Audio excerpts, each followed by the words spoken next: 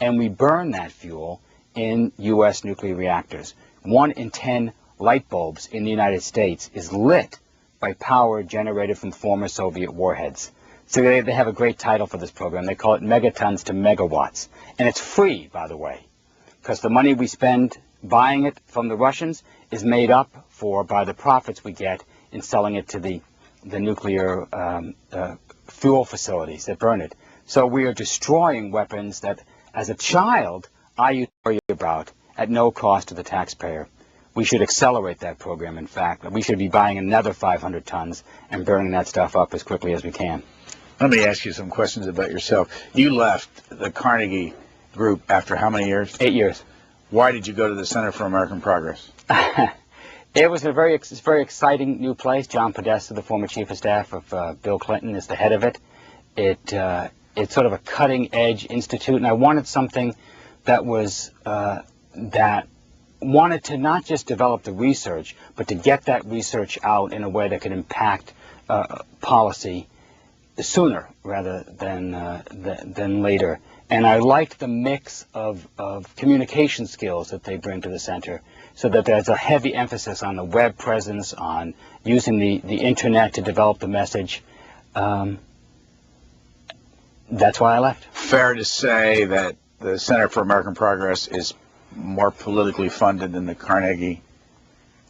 It has a message. The difference is that many think tanks in Washington, they try to sort of aim for the middle.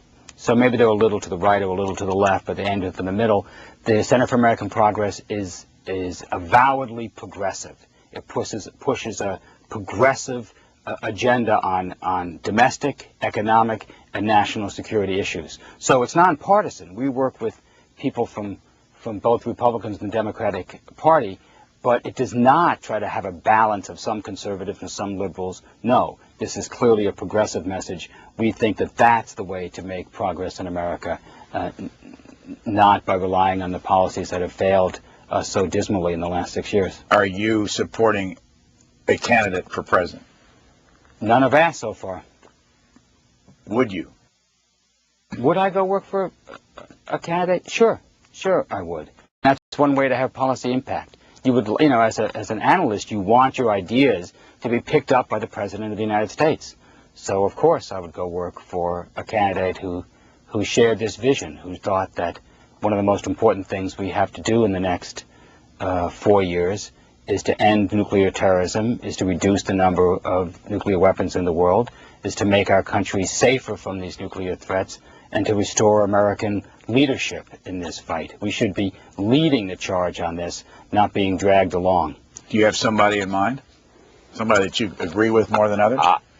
I think there are a number of good people out there in both parties that have this kind of vision. If Senator Lugar was running for president again, I'd be enlisting. Senator Hagel has had great statements on this. So has Senator Barack Obama.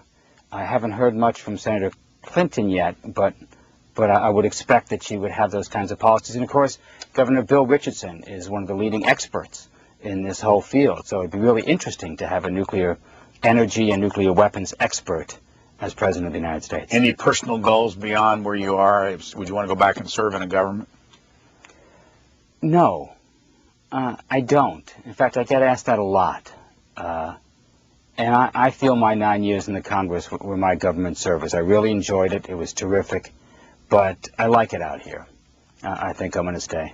Why do you like it out here versus going back into the government? I like writing my own articles. I like giving my own speeches. I like being on C-SPAN. I think there's a role for people to play in informing the public and in debating these ideas in public in a way that you just can't do if you're on staff of a congressional committee or serving as a deputy assistant or assistant secretary. It's just not the same. Boston College, Georgetown Masters. You mentioned Hamden, Connecticut.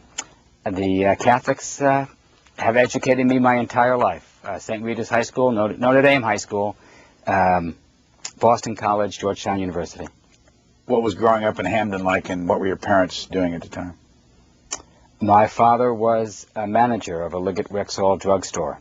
He was part of the wave of immigration that we saw go in this country for a century. My grandfather came over here 100 years ago from Sicily, settled in New York. My father grew up there, went and served in the U.S. Army Air Force. I helped fly bombers, was a radio navigator. After the war, he moved his family from New York to Hamden, Connecticut, where these new things called shopping plazas were opening up. Great idea. Let's just get big parking lots and put the stores around them. We were at one of the first ones, called the Hamden Plaza, in the mid-1950s. He died when I was young. He died in 1962. And my mother then worked as a secretary at Yale University and raised 5 kids. So life in Hamden was bittersweet. It was a good life. It was nice to be in Hamden, but it was tough. Where'd you meet your wife?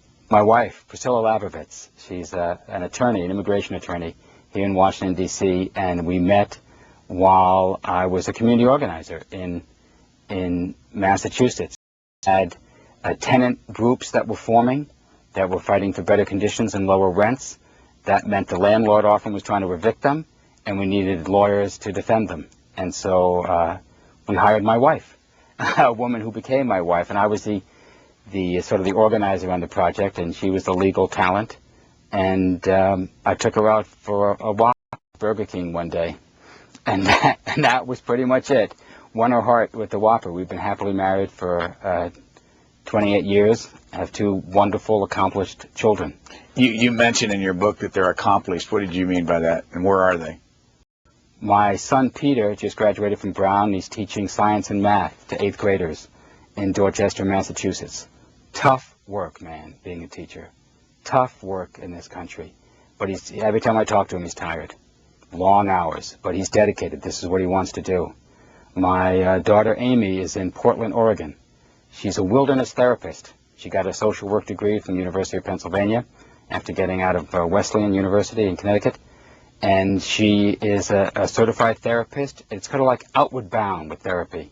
She takes troubled kids out, 6 or 7 of them out with a therapist and 2 guides, and they go off for 3 weeks in the wilderness, kind of like to break their old patterns. No cell phones, no friend networks, no communications, and they try to restart their lives. She loves it.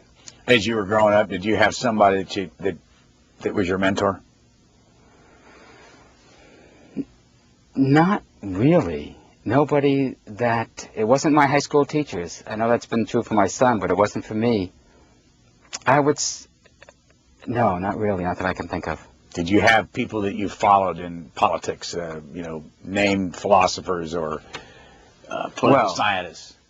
I think that every, Catholic high school student identified with John F. Kennedy. I mean, it's no wonder that you go around this town and you keep seeing posters of John and Robert Kennedy on people's walls. They are by far the most influential politicians of my generation. Who got you interested in the community work?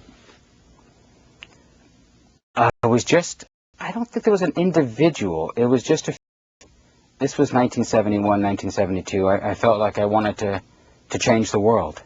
And I wanted to do it a block at a time, to just get right down to it and help individuals improve their lives, and in so doing, help improve society. It's years later, but I still want to change the world. The book Bomb Scare is not very big. No, it's an easy read. It's about, with all the notes, you get down past that, it's about 160 pages, a little less than 160 pages. That's what the publisher wanted. When you wrote this, who did you write it for, and when did it come out? It came out in March of 2007, and I wrote it for that person in the community library who's looking to learn about what all the fuss is about the fear and fascination of nuclear weapons, who's got them, who wants them, what are the dangers, how do we get rid of them. I wrote it for the college students. I teach